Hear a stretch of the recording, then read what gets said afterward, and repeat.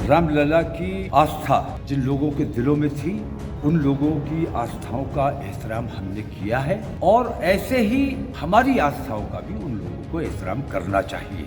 जब तक दुनिया रहेगी, सुनो संघ परिवार, हम हिंदुस्तान में बाबरी मस्जिद की शहादत का जिक्र करते रहेंगे। आगे किसी भी मस्जिद पर अगर दावेदारी की जाती है या मस्जिद को तोड़ने की कोशिश की जाती है तो मुंह तोड़ जवाब दिया जाएगा। हम अपने बच्चों को सिखा कर जाएंगे इस दुनिया से, अगर हमारी सिस्कियां बाकी रहेंगी तो हम कलमा भी पढ़ेंगे और कहेंगे बाबरी मस्जिद की शहादत को याद रखो।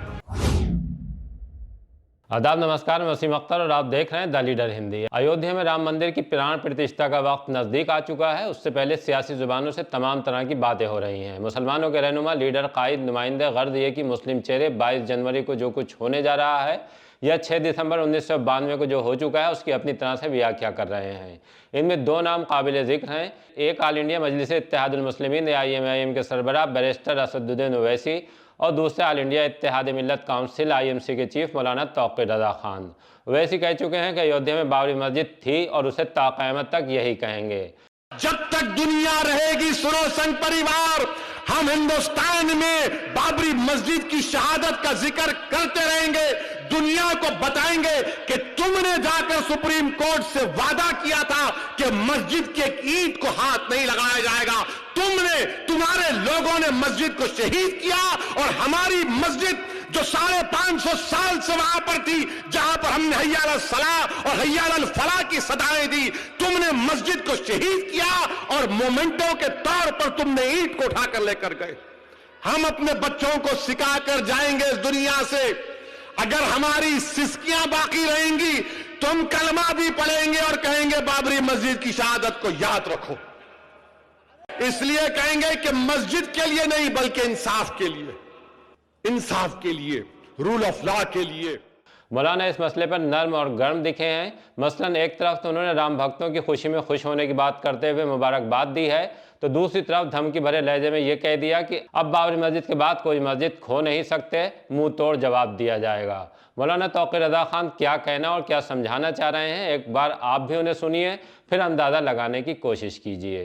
राम मंदिर बन गया है, इसका हम भी स्वागत कर रहे हैं, स्वागत करना चाहिए, क्योंकि ये हिंदुओं की आस्था का केंद्र है। पूरी दुनिया में हिंदू बसते हैं, उन सबकी आस्था का केंद्र है।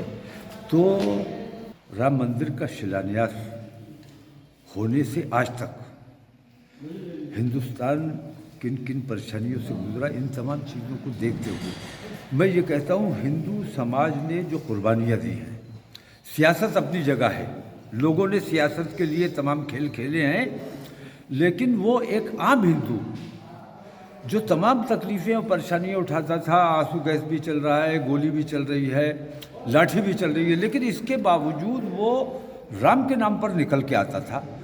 उस राम भक्त की खुशी में मैं बराबर का शरीक हूँ। साथ ही मैं ये कहता हूँ कि राम मंदिर के रामलला की आस्था जिन लोगों के दिलों में थी, उन लोगों की आस्थाओं का एहतराम हमने किया है और ऐसे ही हमारी आस्थाओं का भी उन लोगों को एहतराम करना चाहिए।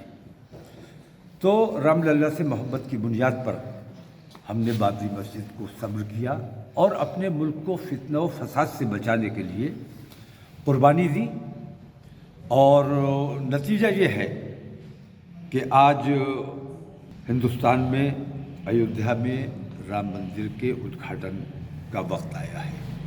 मुबारकबाद के मुस्तहिक़ हैं तमाम राम भक्त, लेकिन साथ ही इतनी पीड़ा भी है लोगों के दिलों में, ख़ास तौर से जितने शंकराचार्य हैं, मैं देखता हूँ कि उनके दिलों में काफ़ी पीड़ा है, क्योंकि उनके मज़हब के मुताबिक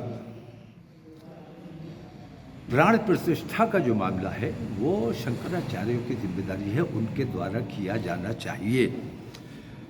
तो मर्यादाओं का उल्लंघन करना ये नरेंद्र मोदी की पुरानी आदत है, और इस वक्त भी भाई सियासत तुम्हारे हाथ में है, सियासी फैसले तुम्हें करने चाहिए, सियासी उद्घाटन तुम्हें करने चाहिए, ठीक है, लेकिन ये मजहबी मामला है। मजहबी मामलात में जो मजहबी लोग हैं, मजहबी जो धर्मगुरु हैं, उनके ज़रिए शिलान्यास हुआ है और उन्हीं के ज़रिए इसका उद्घाटन भी किया जाना चाहिए।